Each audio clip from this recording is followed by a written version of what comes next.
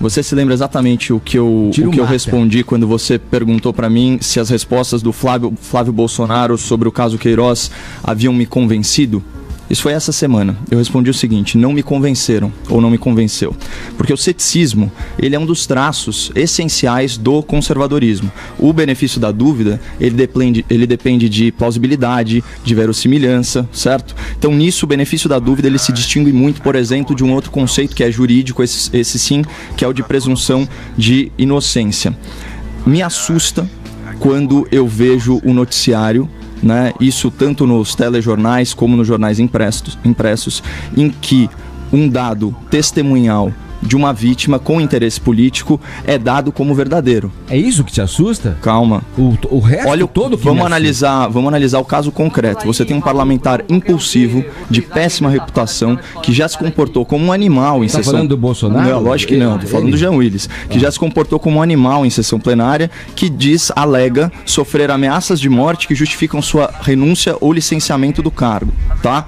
Esse é o dado. Ele não apresenta nenhum elemento probatório e não apresenta nenhum parecer das autoridades públicas que corroboram essa narrativa de risco à vida. O que a gente tem ilustrado é que ele sofria execração pública, mas isso em decorrência da atividade política dele.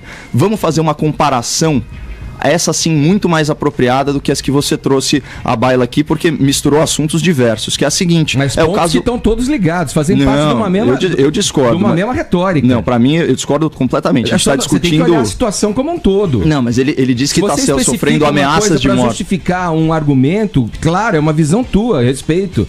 Agora, olha a situação que nós temos. Não, mas o que o Fabrício Queiroz tem objetivamente a ver com a renúncia do Jean Willis? Não tem nada. Objetivamente, não. São ilações que você está fazendo. Não, entendeu? São elucubrações. Não, como todos aqui fazem em algum sentido. Não, mas eu estou me atendo aqui ao caso concreto. Ele não apresentou... aos assessores do gabinete dele, cara. Ele tem no gabinete... Não, mas são assuntos...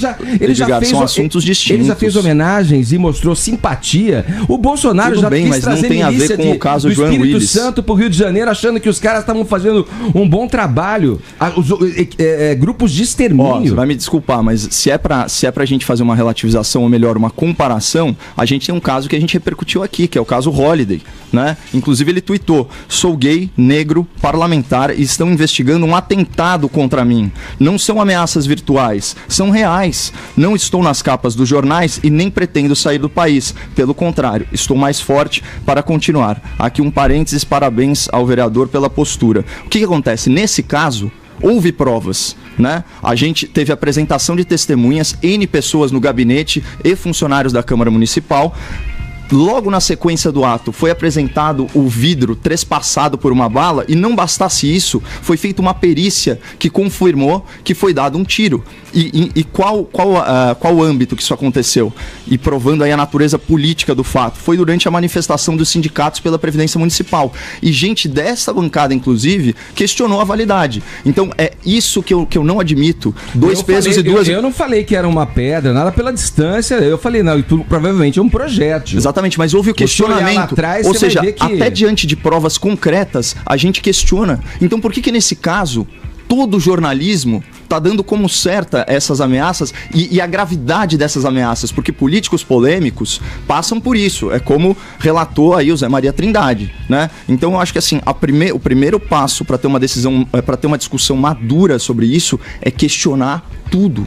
E é questionar a veracidade dessa narrativa. Então é o seguinte, vamos de novo aos fatos políticos. Em 2010, Jean Willis é eleito com 13 mil votos. Ele foi puxado, tá? Pelo Chico Alencar, não tinha votação suficiente. Ele ganha destaque por ser o primeiro congressista declaradamente homossexual. O nome disso, em teoria política, é política identitária, quando o rótulo social importa muito mais do que ação e conteúdo. Ele capitaliza em cima disso e, em 2014, ele tem 144 mil votos. Então, uma grande escalada. Calma aí. Agora... Deixa eu só fazer uma parte.